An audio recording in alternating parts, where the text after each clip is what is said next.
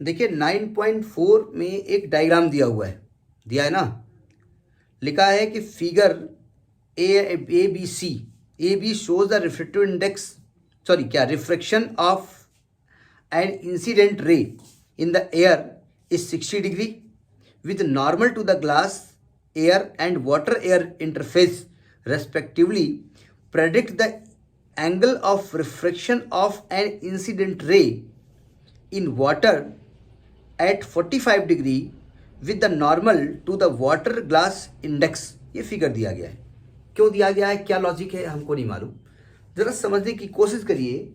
इसमें first case पहले हम देखते हैं। एक्चुअली किसी का रिफ्रैक्टिव इंडेक्स दिया नहीं गया है, यही निकालना है।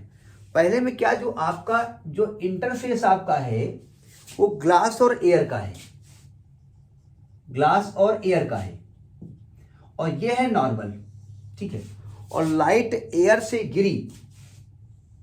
गिरी 60 डिग्री पे और रिफ्रैक्ट होकर के 35 डिग्री पे गई, ये 35 डिग्री पे चली गई, यानी एंगल ऑफ इंसिडेंस 60 है, एंगल ऑफ रिफ्लेक्शन 35 है, ये दिया गया है। तो अगर हम फर्स्ट केस की बात करें तो लाइट एयर से ग्लास में गई है ना, तो एयर के रेस्पेक्ट में ग्लास का इंडेक्स का फॉर्मूला क्या होता है, sine I upon sine R होता है, स्नेल्स का नियम, ठीक है। तो साइन आई बोले तो साइन 60 डिग्री और साइन आर बोले तो साइन 35 डिग्री। अब देखो यहां वैल्यू √3/2 नहीं लिखी जाएगी, यहां पर वैल्यू अगर साइन 60 की नहीं दी है तब तो √3/2 करके डेसिमल में निकाल लोगे, √3 1.732 करके, ठीक है।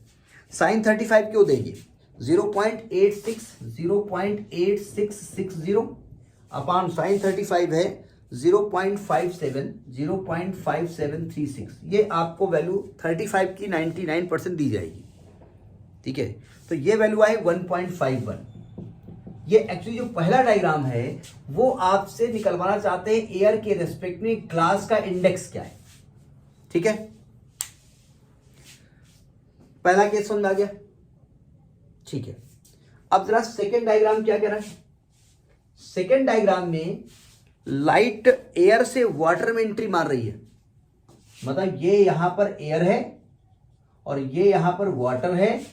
ये लाइट गिरी है आपकी 60 डिग्री पे, गई है 41 डिग्री पे, ये 60 पे गिरी है और गई है 41 डिग्री पे, यानी एंगल ऑफ इंसिडेंस 60 है आई और एंगल ऑफ रिफ्लेक्शन 40 है।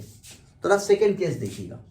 सेकेंड केस में लाइट एयर से वाटर में जा रही है, तो क्या मैं एयर के रेस्पेक्ट में वाटर का इंडेक्स निकाल सकता हूं, क्या आएगा, साइन आई यानी साइन 60 अपान साइन 40 है, 41 है, ये 41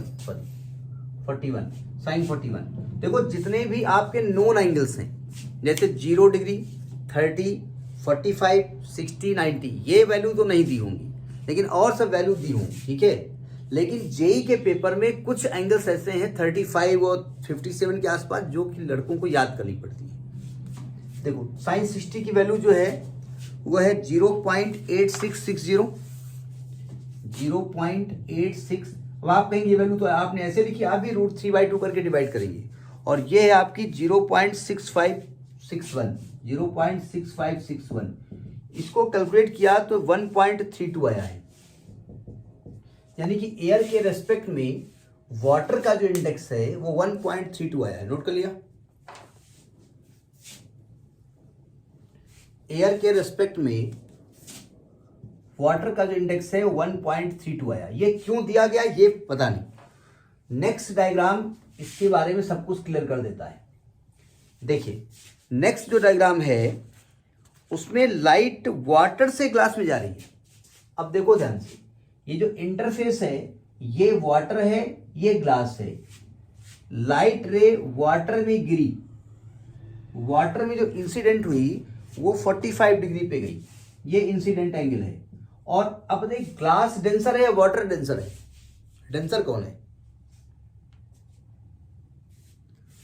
ग्लास का ज्यादा है तो ये नॉर्मल क्यों हल्की सी झुक गई, और ये वाला एंगल आपको निकालना है।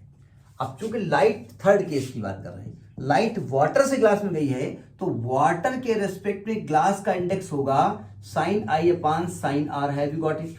इसको कैसे लिखेंगे? तो ये हमने पढ़ा है A mu G upon A mu W.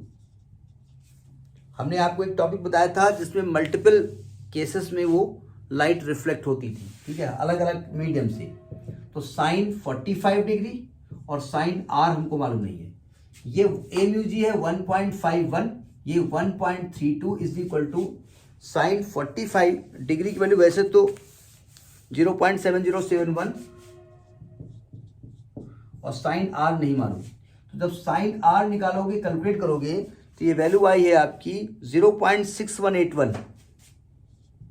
देखो, या तो आपको टेबल देंगे, एक साइन टेबल होती है, sine table, cos table, tan table, उस टेबल से आप निकालेंगे वैल्यू, या आपको वैल्यू देंगे। तो 38.2 डिग्री होती है, आर की वैल्यू आएगी 38.2 डिग्री। चिंता मत करो, ये वैल्यू आपको रटनी नहीं है, ये आपको टेबल प्रोवाइड की जाएगी। उस टेबल, वैसे यूपी बोर्ड में तो नहीं प्रोवाइड की जाती है, ठीक है, अगर आपको प्रोवाइड नहीं की जाएगी तो वैल्यू प्रोवाइड की जाएगी, और वैल्यू भी नहीं प्रोवाइड की जाएगी तो ये न्यूमेरिकल ही नहीं आएगा। न्यूमेरिकल वही आएगा जो वैल्यू प्रोवाइड की जाएगी, ठीक है। तो ये आपका 9.4 है।